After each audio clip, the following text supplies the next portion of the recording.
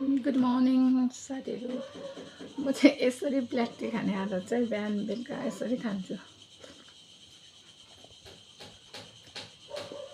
अन्त धेरै दिन बाद आज चाहिँ चियाको ग्लास चाहिँ सानो भयो। अनि धेरै दिन बाद आज म चाहिँ घाम लाग्यो नि त, अनि लसुनको चाहिँ चटनी बनाऊँ भनेको। लसुन चाहिँ यति भित्र छ, लसुनको चटनी हाल्नु भनेको। लसुन तास्ने, लसुन तासेर चाहिँ चटनी हाल्नु पऱ्यो भनेको साथीभाइहरू। म चाहिँ लसुनको चटनी हाल्छु हो। घाममा लसुन सुकाउनु पऱ्यो भनेर चाहिँ के लगाएको। अन्त अब लसुन केलाएर अलिअलि घरको त मैले साफसफाइ गरिहालेँ। अब माथि अलिअलि साफसफाइ गर्छु। अनि चाहिँ म जान्छु, नानी ल्याउनु जाने बेला पनि हुन्छ, खानासाना पकाइसकेपछि हो। अन्त लसुन चाहिँ घाममा सुकाइहाल्नु पऱ्यो। ब्ल्याङ्केट पनि भिजाइरहेको छु थिएँ, आज त ब्ल्याङ्केट पनि धुनुपर्ने छ। के छ काम हो। अन्त आमालाई अलिअलि काम सघाइदिन्छु। आमाले चाहिँ आज खाना बनाउनुहुन्छ अरे। अन्त फेरि ठुलो नानीको पनि आज स्कुल छुट्टी भयो भने त त्यसलाई पनि ल्याउनु जानुपर्छ हो। अन्त हस्बेन्ड चाहिँ भ्याउँदैन, किनभने ऊ चाहिँ मिस्त्रीहरूसँग बिजी छ नि त। अनि मै जानुपर्छ स्कुल चाहिँ। त्यही भएर अहिले हस्टेलबाट छुट्टी भयो भने मेसेज आयो भने त्यता पनि जानुपर्छ। त्यही कारणले आज चाहिँ मेरो अलिक स्पिड नै काम हुँदैछ हो। लसुन चाहिँ कति बिग्न छ है, केलाउनु पर्ने। यत्रो यत्रो लसुन छ, यति डल्लै केलाउनु पर्ने छ।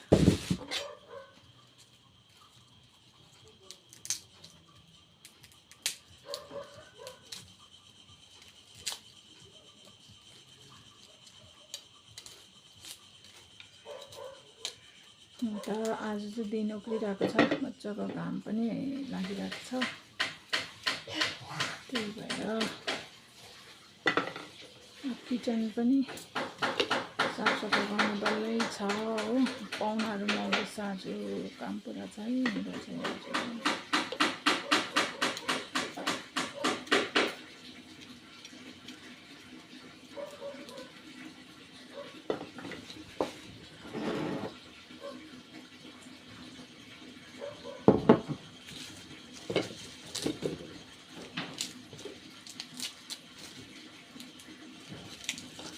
लसुनको चटनी चाहिँ हालेपछि अस्ति पनि मैले एक उयो हालेको।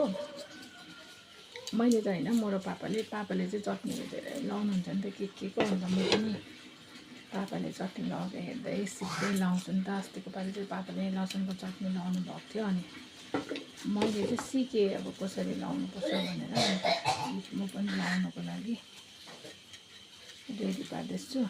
केलाएर सुकाउँछु। अनि कतिको चाहिँ सुक्नुपर्छ पापालाई हेरी मागेर चाहिँ म चाहिँ बनाउँछु हो।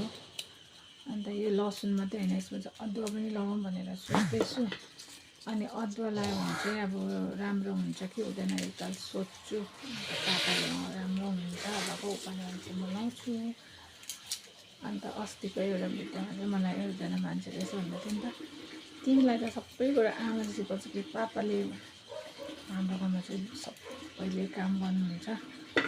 चटनीहरूको विषयमा चाहिँ पापालाई बेसी थाहा छ नि त। अनि पापाले चाहिँ यति धेरै चटनीहरू बनाइदिनुहुन्छ। त्यही भएर चटनी चाहिँ प्रायः प्रायः त सिकिसकेँ। अब यो लसुनको चाहिँ अस्ति फर्स्ट टाइम लगाउनु भएको थियो नि त। अन्त अब लाउनु त मेरो पापाले लगाएको, तर मलाई त्यसमा अब अदुवाहरू मिल्छ कि मिल्दैन भनेर चाहिँ एकताल सोध्छु। अन्त चाहिँ लाउँछु। अब यो यति लसुन केलाउँछु, मलाई टाइम लाग्ने रहेछ हो।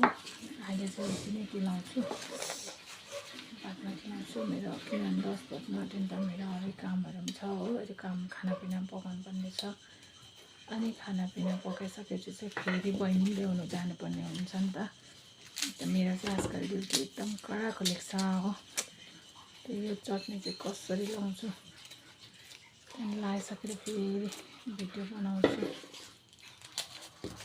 आजकल त मजा टाइम पास यसो भिडियो बनाउँदै कामहरू गर्नु।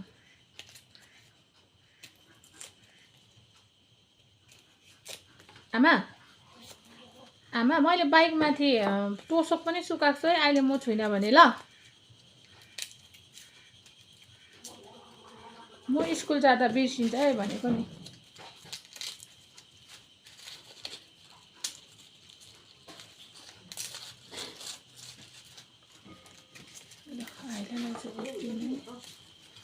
हजुर के भयो त त्यस्तो? मैले जस्तो यत्रो कपमा नुनको चिया खानुहोस् न। अनि मेरो चाहिँ फोन आउँदो रहेछ साथीहरू, बाई बाई, फोन उठाउनु पर्यो।